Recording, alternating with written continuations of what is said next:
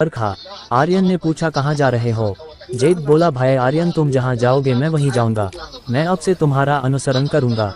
इस समय वह आर्यन के लिए प्रशंसा से भरा हुआ था, उसकी प्रशंसा एक प्रचंड नदी की तरह थी जो अंतहीन बह रही थी। आर्यन ने इरा की ओर देखा और मन ही मन सोचा मैं तो सोच रहा था कि बाहर कुछ जंगली मस्ती करूं पर अब लगता है। इरा बोली एक और व्यक्ति का मतलब एक और सहायक, साथ चलते हैं। आर्यन बोला तो फिर साथ चलते हैं। जेद तुरंत हंसा और बोला धन्यवाद भाई आर्यन। अरे हाँ, अभी यहाँ आते वक्त मैंने देखा कि कुछ समूह पहाड़ से नीचे जा रहे थे। तीसरी परीक्षा पिल रिफाइनिंग की है, वे सब शायद आत्मिक जड़ी बूटियों की तलाश में नीचे गए होंगे। क्या हम भी आत्मिक जड़ी बूटियां ढूंढने जा रहे हैं?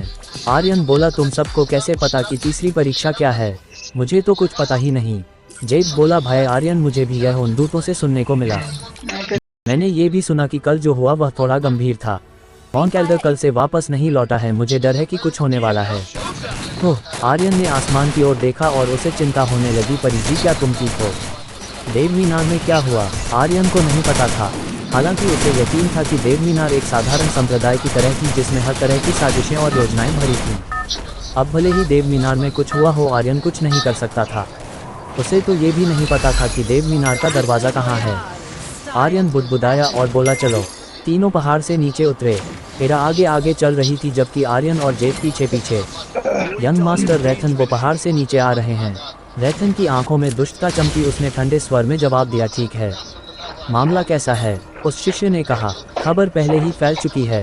कल रात हेल गेट के लोगों को आ जाना चाहिए था। ये हेल गेट के लिए एक शानदार मौका है। रैथन ठंडे स्वर में हंसा। देव मीनार के मूल्यांकन विभाग में कोई तुम्हें छूने की हिम्मत नहीं करता, मगर एक बार जब तुम यहाँ से निकल जाओ आर्यन तुम केवल एक मरी हुई लाश हो। मुझे विश्वास नहीं कि इस बार भी तुम नहीं मरोगे। हाँ। रैथन संतुष्ट होकर हंसा। उसकी हंसी इतनी उग्र थी कि उसकी उंगलियों का दर्द उसे ठंडी हवा के कुछ घूंट लेने पर मजबूर कर गया। आर्यन बस इंतजार करो। 2 घंटे बाद इरा ने सांस छोड़ी, एक ठंडी और खतरनाक चोटी की ओर देखा और बोली यह गंधर्व पहाड़ है, मुझे खबर मिली है इसकी चोटी पर एक दुर्लभ आत्मिक फूल है, गंधर्व फूल। तो फिर चलो ऊपर, जेथ ने तुरंत कहा। आर्यन ने उसे पीछे खींच लिया और बोला अगर इतना दुर्लभ आत्मिक फूल है तो यह कोई अनमोल जड़ी बूटी नहीं होगी। इस तरह की अनमोल जड़ी बूटी को आकाश और पृथ्वी पोषित करते हैं और इसे खतरनाक जानवरों और बीस्ट द्वारा संरक्षित किया जाता है। भले ही यह ना हो, इसे तोड़ना बेहद मुश्किल होगा। इरा बोली तुम सही कह रहे हो, इस तरह का आत्मिक फूल आकाश पृथ्वी का सार सोखता है। इसे जड़ लेने में 10 साल, अंकुरन में 10 साल, पत्तियां फैलाने में 10 साल, फूल खिलने में 10 साल और परिपक्व होने में 10 साल लगते हैं। इसे तोड़ने में लगभग 50 साल लगते हैं। और ऊपर से ये गंधर्व फूल गंधर्व पहाड़ की चोटी पर है, इसे पाना इतना आसान नहीं है। जेथ ने चुपके से जीभ टेकी और बोला 50 साल में बनने वाली आत्मिक जड़ी बूटी, मैंने पहली बार सुना है। हालांकि चूंकि ये पहाड़ की चोटी पर है मैं बस उड़कर चला जाऊंगा। बात पूरी होते ही जेथ ने एक कदम आगे बढ़ाया और आधे रास्ते में उड़ते हुए उसका पूरा शरीर जमीन पर गिर पड़ा। उसका पूरा शरीर ठंड से ढक गया था और वह ठंड से कांप रहा था। उसका चेहरा पीला पड़ गया और वह बोला बहुत ठंड है, बहुत ठंड। आर्यन बोला इसे कहते हैं आकाश पृथ्वी का संरक्षण, चाहे कहीं भी हो सबसे शक्तिशाली इंसान नहीं बल्कि प्रकृति की शक्ति है। आर्यन ने अपने सिर के ऊपर धूसर कोहरे को देखा। ये ज्यादा नहीं लग रहा था, लेकिन इसके ऊपर आकाश पृथ्वी संरक्षण की शक्ति थी जो एक मजबूत रुकावट बनाती थी। ऊपर उड़ना असंभव था, भले ही फायर यूनिकॉर्न हो। जेद बोला तो फिर क्या करें? आर्यन बोला ऊपर चढ़ो। इरा बोली सही कहा, सिर्फ पहाड़ की चोटी तक चढ़ने से ही हमारे पास गंधर्व फूल तोड़ने का मौका होगा। उसी समय घने बादलों से एक दहाड़ सुनाई दी और बादलों में बिजली और गड़गड़ाहट लगातार कहर बरपा रही थी। इरा हल्के से कांपी और बोली गंधर्व फूल परिपक्व होने वाला है, जल्दी करो, इसके पास परिपक्व होने के लिए बस कुछ मिनट है, अगर हम चूक गए तो ये बेकार हो जाएगा। फिर इरा तेजी से आगे बढ़ी। आर्यन ने घने बादलों को देखा, बिजली का कहर बरप रहा था और बुदबुदाया क्या बादलों में अभी भी बीस्ट छिपे हैं? मेरे नेदर शरीर को भी स्तर बढ़ाने की जरूरत है। रास्ते में उसे कोई बीस्ट नहीं मिला जिससे आर्यन बहुत नाखुश था। नेदर शरीर सिर्फ लेवल 20 पर था और अभी भी बच्चे के चरण में था। ये लेवल बहुत कम था और नेदर सॉल एक बच्चा थी, उसे बड़ा होना था। गंधर्व फूल परिपक्व होने वाला है, सब लोग जल्दी करो। ना सिर्फ आर्यन और उनके साथियों को पता था कि गंधर्व फूल परिपक्व होने वाला है, जंगल में कई लोगों को भी पता था और वे सब गंधर्व चोटी की ओर दौड़ रहे थे जहाँ गंधर्व फूल था। गंधर्व चोटी के अंधेरे में क्या वो वाकई आएगा? ये जगह बेहद ठंडी है, अगर वह नहीं आया तो उसे बहुत नुकसान होगा। खबर गलत नहीं हो सकती और ऊपर से यह एक निराशाजनक स्थिति में घात का बिंदु है। बस उसे पहाड़ से नीचे गिरा दो और सब ठीक हो जाएगा। एल्डर इस चट्टान के तल में आखिर क्या है? मुझे नहीं पता कि क्या है, लेकिन मुझे पता है कि अगर कोई नीचे गिर गया तो वह तुरंत बर्फ बन जाएगा और जैसे ही वो जमीन पर गिरेगा उसका शरीर टुकड़े टुकड़े हो जाएगा। यहाँ तक कि देवता भी उसे नहीं बचा सकते। गंधर्व चोटी यह बादलों में ऊंची उठी हुई थी। सफेद बर्फ से 10,000 साल से ढके हुए थी, जो पूरे साल नहीं पिघलती थी।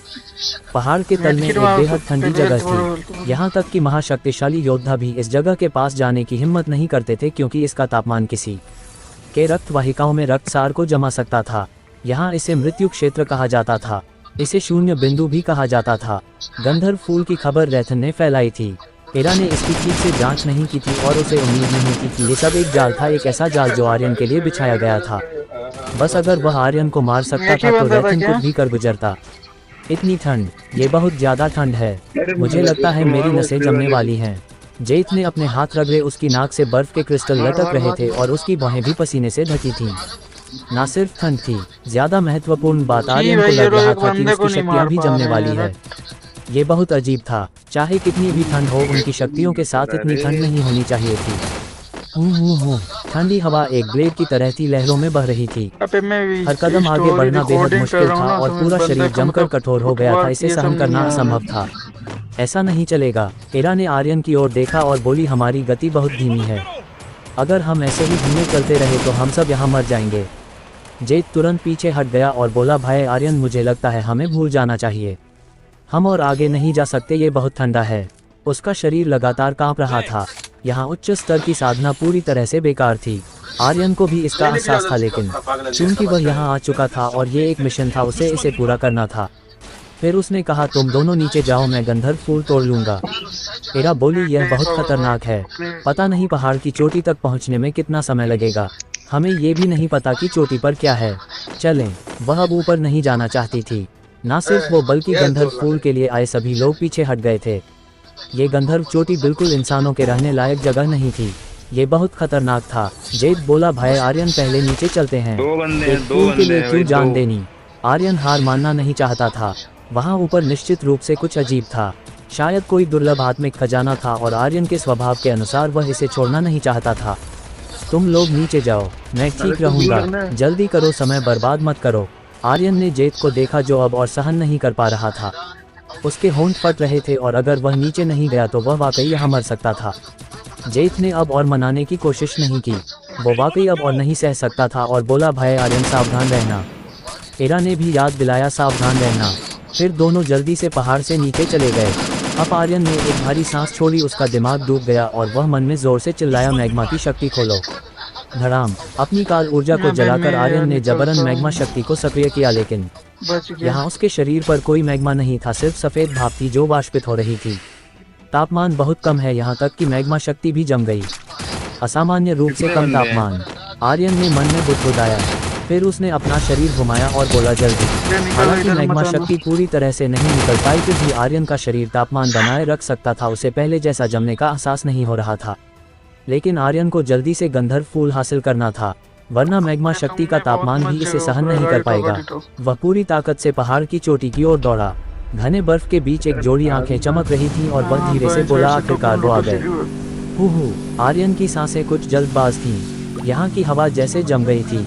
आर्यन ने चोटी के किनारे पर पूर्ण रूप से खिले गंधर्व फूल को देखा, मगर ये पूरी तरह परिपक्व नहीं हुआ था। इसकी पंखुड़ियां अभी भी खुल रही थीं। इसे परिपक्व होने में अभी कुछ वक्त चाहिए था। आर्यन ने धीरे से कहा, क्या वो गंधर्व फूल है? ये बेहद सफेद था और इसके चारों ओर एक चमकदार सफेद धारा लिपटी हुई थी। ये साफ था कि यह कोई साधारण चीज नहीं थी। आर्यन तुरंत इसे तोड़ने के लिए नहीं बढ़ा। इसके बजाय वो सावधानी से इसके पास गया। जितना वो गंधर्व फूल के करीब पहुंचा, उतना ही ठंड बढ़ती गई। उसके शरीर पर मैग्मा शक्ति की गर्मी तेजी से गायब हो रही थी और उसकी रक्त वाहिकाएं जमने वाली थीं। कमबख्त, अब इतना सोच नहीं सकता।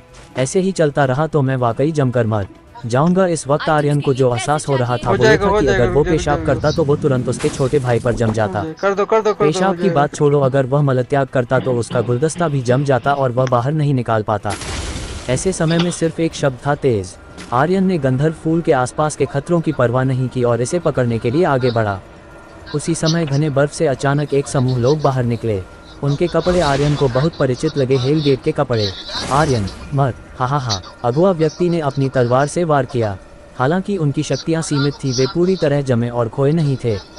ऐसा इसलिए था क्योंकि उनके शरीर पर हेलगेट की अनूठी सुरक्षात्मक ऊर्जा थी।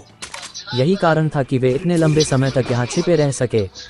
आर्यन का चेहरा तन गया और उसने गंभीर आवाज में कहा, फिर तुम हेलगेट के लोग, क्या मैंने तुम्हें पर्याप्त सबक नहीं सिखाया? आओ। आर्यन ने उग्रता से गर्जना की। वो दिल में बहुत चिंतित था क्योंकि अभी उसकी काल ऊर्जा भी